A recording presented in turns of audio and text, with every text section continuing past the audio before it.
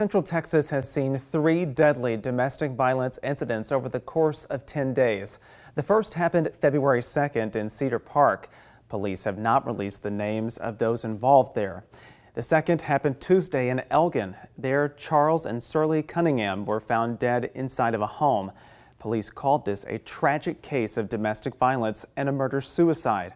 In southwest Austin, an early morning fire pivoted to a homicide investigation when police found 2 people dead inside an apartment at the Pearl Lantana complex on Rialto Boulevard. Police say Daniel Sanchez shot and killed his wife, Kayla, lit the apartment on fire, and killed himself. We do not know all the circumstances about these cases and what led up to the final moments, but this opens the door for a conversation about the intricacies of domestic violence, its warning signs, and available resources. KXAN's Brianna Hollis addressed this with the head of the Texas Advocacy Project, an organization here locally that provides free legal resources to assault survivors. What are some of the warning signs that cases may escalate to this point? Well, honestly, we know that nobody falls in love with their batterer, right? That's not who you have your romantic moments with, who you want to spend the rest of your life with.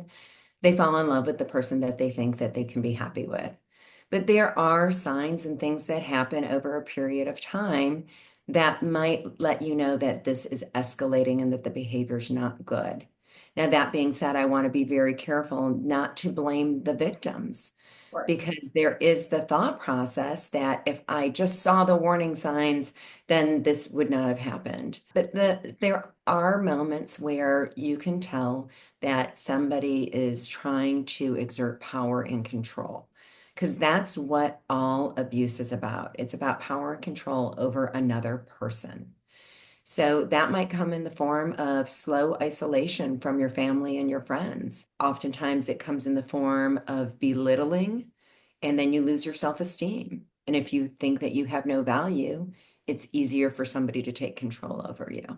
And that is when resources like Texas Advocacy Project want to help. There are shelters in your area that want to help.